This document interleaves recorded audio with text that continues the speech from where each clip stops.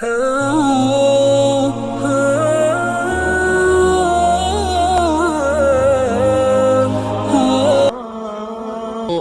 دو مسئلے میں یہاں حل کر دوں. جو لوگ کہتے ہیں حضور کو علم غیب نہیں تھا اور جو کہتے ہیں تھا، بدقسمتی سے دونوں نے ڈیفینیشن علیحدہ کر لی. جو ڈیفینیشن نفی کرنے والوں نے کی ہے اس کی وجہ سے، اس کے اعتبار سے واقعتاً نہیں تھا. انہوں نے ڈیفینیشن یہ کی ہے، تعریف یہ کی ہے، وہ علم جو خود حاصل ہو جائے. اللہ کا عطا کردہ علم جو ہے وہ کہتے ہیں وہ غیب نہیں ہے. تو وہ بھی مانتے ہیں کہ ہر علم جو حضور کو حاصل ہے وہ اللہ کا عطا کردہ ہے. میں سائی والی میں یہ سارے مرحلے میں نے طے کیے نا اپنے زمانہ طالب علمی میں. مولانا منظور احمد شاہ صاحب ہیں سائی وال میں ایک، میں ان کے پاس حاضر ہوا. میں نے کہا جی یہ مسئلہ کیا ہے علم غیب کا، مجھے ذرا سمجھائیں. انہوں نے ایک کتاب اپنی نکالی کہ دیکھیے صاحب، ہم حضور کے علم کے بارے میں یہ باتیں مانتے ہیں. حضور کا علم حادث ہے، قدیم نہیں ہے. حضور کا علم محدود ہے، لا محدود نہیں ہے. حضور کا علم عطا کردہ ہے، ذاتی نہیں ہے. میں نے کہا یہ تین باتیں اگر آپ مان لیں تو میرا تو جھگڑا کوئی نہیں آپ سے.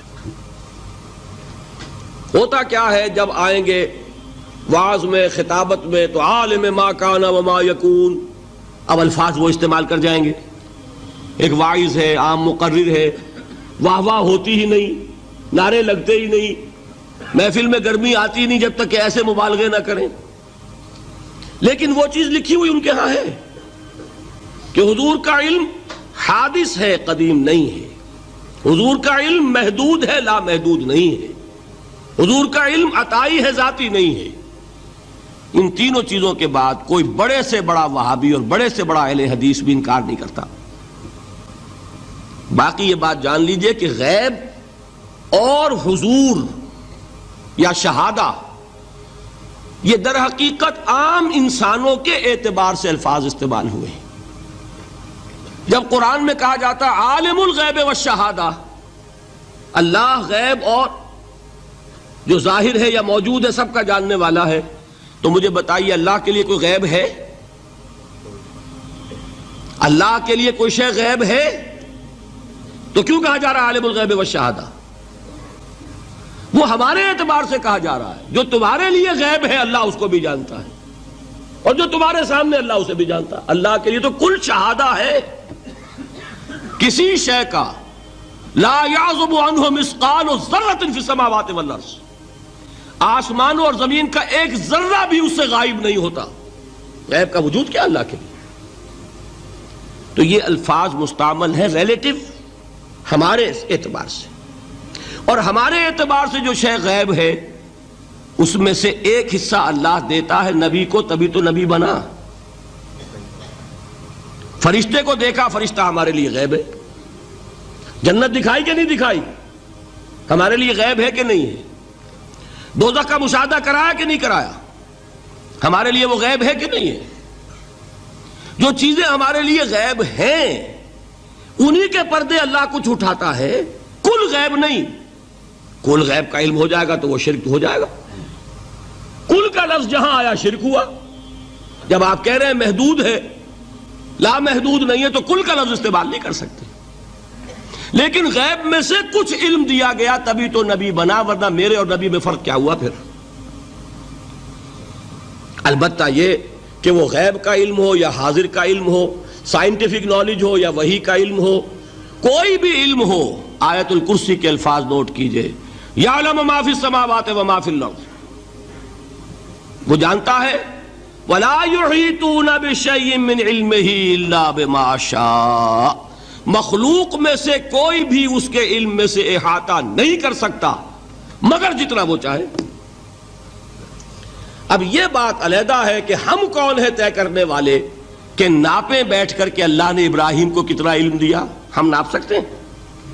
عیسیٰ کو کتنا دیا ہم جان سکتے ہیں؟ تو ابراہیم کا، موسیٰ کا، عیسیٰ کا نہیں ناپ سکتے تو محمد الرسول اللہ کا کہاں ناپیں گے؟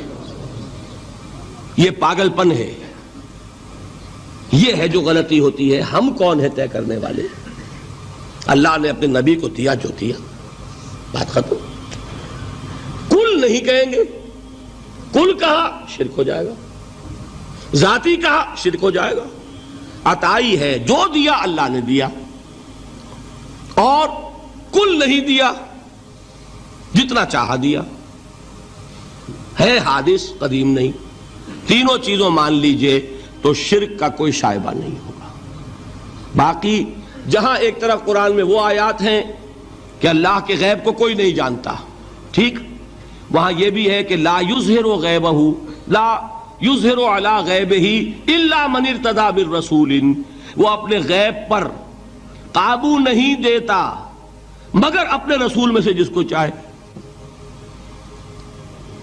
یہ دونوں آیتیں قرآن کی ہے کہ نہیں؟ اسی لیے در حقیقت جو غیب کی نفی کرتے ہیں حضور سے، وہ کہتے ہیں کہ از خود معلوم ہونے والی شے غیب ہے۔ ہم کہتے ہیں از خود تو کوئی بھی شے کسی کو معلوم نہیں، ہمیں حاضر کا علم بھی اللہ ہی دیتا ہے تو ہوتا ہے، غیب کا تو بہت دور کی بات ہے۔